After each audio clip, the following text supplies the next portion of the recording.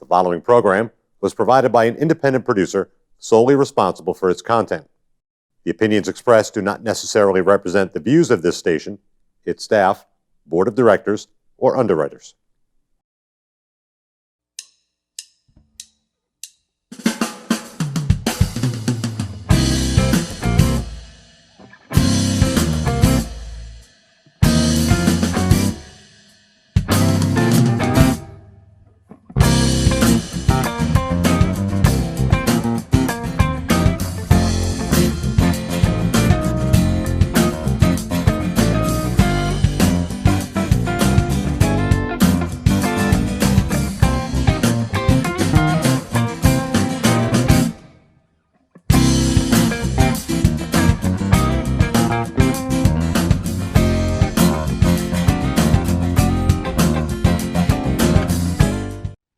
Welcome to another episode of Gate City Chronicles. I'm Kevin Avard, your host, and we have some really wonderful guests today, some locals, natives, I guess we could say, from Nashua. And we're going to be talking about one of the heart places of Nashua, and it's the Nashua Children's Home. And we have an event that's going to be coming up, and we're going to be talking about that event and a little bit about the Children's Home in itself. So I'd like to welcome Lori Wilshire. Thank you. Nice to be here. And Lou Duhamel. Nice to be here. Pleasure to have you on. This is great. I know we're going to be talking about an event, but to support the Children's Home. But what's going on with the Children's Homes these days? How's it running? It's running very well. We have right now 40 children that live with us, and as you know, during this pandemic, they've been learning at the facility, not going out to schools. And our kids have done better. Really? Being taught in-house. I think they have less distractions. They're more able to focus. I think kids, especially our kids, they're just so resilient. And they have to be, given everything they've been through in their young lives. And this is just one more sign of their resiliency. I think they've really handled themselves well. And they're learning, and they're doing very well with it. So I think the pandemic hasn't hurt them as far as their education. As far as their social outlets, yes. Yeah. They don't get to see their families. They can only Zoom with their families. And still, up at this point, we're still only doing that with them. And I'm sure in the near future, we're going to have to start letting kids go back to home visits and visiting resources so that they can get their social lives back a little bit. What is the makeup of the home? I know you said there are 43 students or 43 people that live there, but what age group? Kids, we take kids from 7 to 18, and kids are with us on average 8 months, which means some kids are there 2 months, some kids are there 5 years. It depends. It depends on the family circumstances, and the goal with most of our children is to reunify them with their natural family. Right. And that's our goal, and we like to work towards that whenever we can. It's not the case for every child. I mean, some children that we've had have parents who have been incarcerated, and certainly that's not going to be the goal for those children. So we work with, guardians, CASAs, all those other resources that we have to try to find a child a permanency placing as much as we can. Is there a transition home that is part of that? There is, absolutely. So we have kids in our group home. So we have 34 kids at our Amherst Street facility and 12 kids at our Concord Street facility. So you don't, once they age out, they don't just, you're on your own or anything like that? This is a... We have our group home, where kids are all in 4 different groups. Younger boys are in one group, the younger girls, and then so on for the older kids. And we will identify kids early, like when they're 14, 15, whether the goal is going to be reunification with their families or another option. So we will identify those children, and we put them in our independent living program before they go off, when they're 16 and 17. Because as we know, when kids age out, there's no more, we can't build a state anymore for them because they're adults. However, even kids with a good support system couldn't make it out there on their own today at 18. So we've offered apartments for these kids to stay in until they're 21. They learn a checkbook. They learn how to do their laundry. They learn a whole bunch of how to ride the city bus and do all those things, fill out a job application. And it's a real surprise, I think. People in Nashua don't realize that there's a children's home.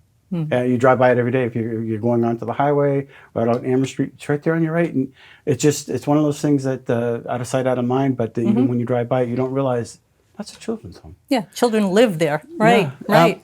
You know, what's interesting is it's only a couple blocks away from Holman Stadium.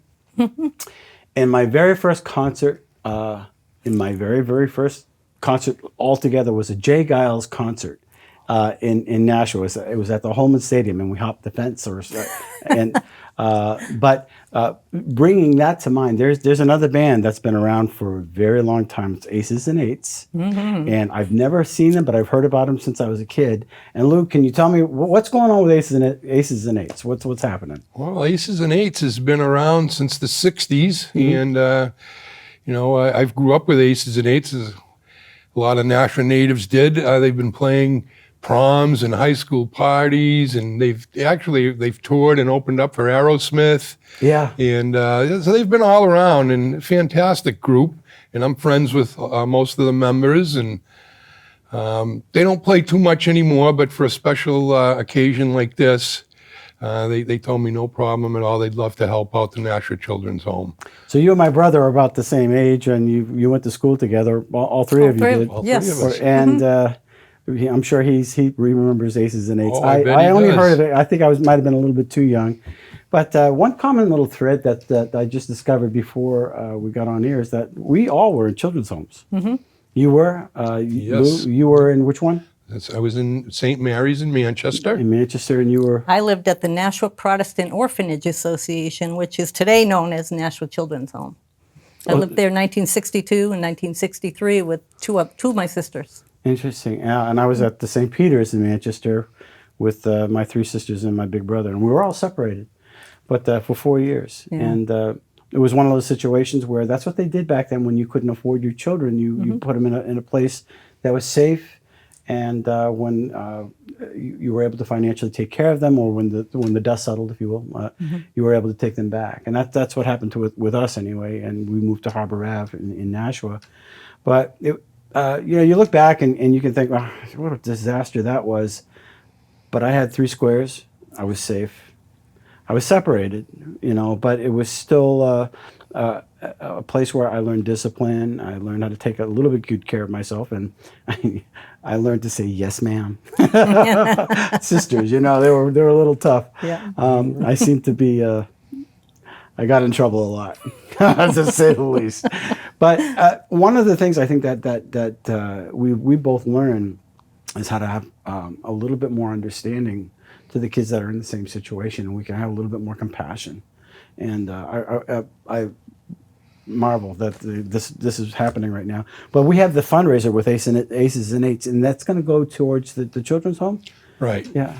So my goal is to raise $10,000 or more for the Children's Home. And I know that's a lot of money, but I don't think I'm going to have a problem with that. I'd like to get over 500 people, and that's another big goal. Yeah. And it's an expensive ticket, $50 a ticket, but 20 goes right towards the Children's Home. Yeah. And then we're having a heck of a barbecue. It's going to be barbecue chicken, steak tips, corn on the cob, and all the fixings that go with it. So, it's going to be a great meal. Then I'm having a big raffle. I got all kinds of fantastic items to raffle off, and some big items too. And then Aces and Eights is going to finish the night off. So you got, great friends, great food, great music, and a great cause. Kind of a reunion type of thing could happen. Almost, here. yes. Yeah. So where's this going to take place? It's going to be at Alpine Grove outside. Oh, nice. On August 21st from 5 to 11. Right. And I hope. Will they have a tent in case of rain? No tent. Tents became outrageously priced over the last 2 years. Yeah, apparently. So it was like $7,000 to put up a tent the size that I needed. Right. So we're just going to do like a festival type situation. At first, I was just going to have people bring blankets and lawn chairs and umbrellas, and then I figured, I mean, it's a little bit too hard to eat barbecued chicken and steak tips that way. Yeah. So I am going to have tables set up. I'm going to have 70 to 80 tables that hold 8 people per table. And if you want to call to reserve a table, you can call. There's a number on the poster, or you can call Lori, or, you know, there's ways that if you want to reserve a table, no problem at all. You can sit with your friends. And if you don't reserve a table, you'll be sitting probably with people you don't know, because we want to fill all those tables. Sure. And then afterwards, there'll be areas where you can put your blanket down, or there'll be a dancing area. Nice. And when I first started this, with all the COVID restrictions, we my weren't gosh. going to have any of that. Right. I was going to have 12 by 12 plots. You had to dance in your plot. But now all that is Yeah. been thrown out, and restrictions have been lifted. I think and the 7th is the final day for Nashua, correct? yes, Yeah. that's what I'm Amen. understanding. You're right. It's time. So you started working on this how long ago? I actually started working on this in January, Okay. and a lot of work. Why the number 10,000? How's that going to help out the children? I know that they receive some funds, and you're the business manager. Yes. So how's this help? It all, fundraising is part of our mission. I mean, we have to do fundraising. Okay. We get funded from federal and state funds, from DCYF and Medicaid, but they don't fund us at 100%. So there's always a portion of our budget we need to raise every year. And we do that by having different fundraisers. We've done golf tournaments and just appeal letters and things like that. And we talked a few minutes ago about our transitional living program. There is no funding for that program. We do fundraising for that program. And it's that important to us, which is why, you know, this kind of fundraiser really helps us out. Helps those kids 18 to 21 years old that have nowhere to go. It helps keep them in an apartment at a very nominal rent. And they have to be either working or in school or doing something. Why doesn't the state fund it at 100%? I mean, they're taking care of children that are homeless. I don't understand that. Well, I thought they were funded at 100%. That's why I'm asking the question. No, we're it's not okay. funded at 100%. I would say probably 90 or 92% we're funded. So Who came up with that figure? I don't know, to be honest with you. So the last couple of years has been tough to do fundraising events. Sure. So they haven't had that extra money coming in. So this is going to be a big help for that program. Like I said, I'm hoping to reach that $10,000 plus mark. And if I can get 500 people there, for $20 a ticket, that's the 10,000 right there. That doesn't even include the raffle. And then I've also got a lot of big sponsors that are helping out financially too. So Right. it's I know I'm going to hit that mark, and hopefully a lot more. Yeah. Interesting. I had a question about aces and eights, seeing how I've never actually heard them, only about them, and always wanted to go, but I wasn't allowed to. Well, I wasn't old enough. Oh. And then I got sidetracked in life. However, what do they sing? Do they do originals, or do they do? They do some originals, and they do a little bit of everything. So They're there'd be like a some- cover? Yeah, they do a lot of cover songs and a lot of different songs. Not cover songs, but popular songs. And yeah, you'll know most of their music. And everybody that knows that this is events taking place is psyched that Aces and Eights is playing. People are telling me they're going to be coming out of the woodwork to come see Aces and Eights. I'd love to know if it was them, because when I was in 6th grade, I was at Temple Street when it was a school. Oh, wow. Yeah, I went through all those. Yeah. But there was a band that came and played, and I think they did some. It couldn't have been Three Dog Night, but they did. Jeremiah Was a Bullfrog, and that was the year I actually picked up the saxophone for an instrument. But there was a band that came Nice. in, and I wonder if it was them. Might have been. Yeah. Might have been. But music is very important, and especially I don't know if there are any musicians there at the children's home. No, No, no. not yet. We had one guy who worked with us. He was teaching some of the kids how to play guitar, but he moved on to another job. And that's the problem with nonprofits. You know, we get good staff. We get excellent staff right out of college. Yeah. And, you know, they build a resume and they work for us for a few years, and then they move on to become guidance counselors, social workers in the school districts. And So there's a lot of revolving. Yeah, it's quite a bit of turnover for. How does that affect the children? But there's a revolving door as well, correct? There's a revolving door there as well. Yeah. Yeah. So Yep. that's got to affect the people, the staff. Yeah. Oh yeah. Yeah. It's tough.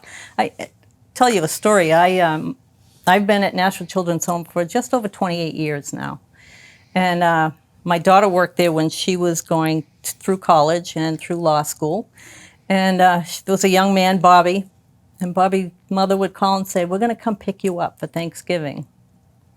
No room for you. Oh, but we're going to come pick you up for Christmas. We don't have any money for gas." So Bobby ended up coming home with my daughter. She would take him for Thanksgiving and Christmas and Easter and whatever else we could.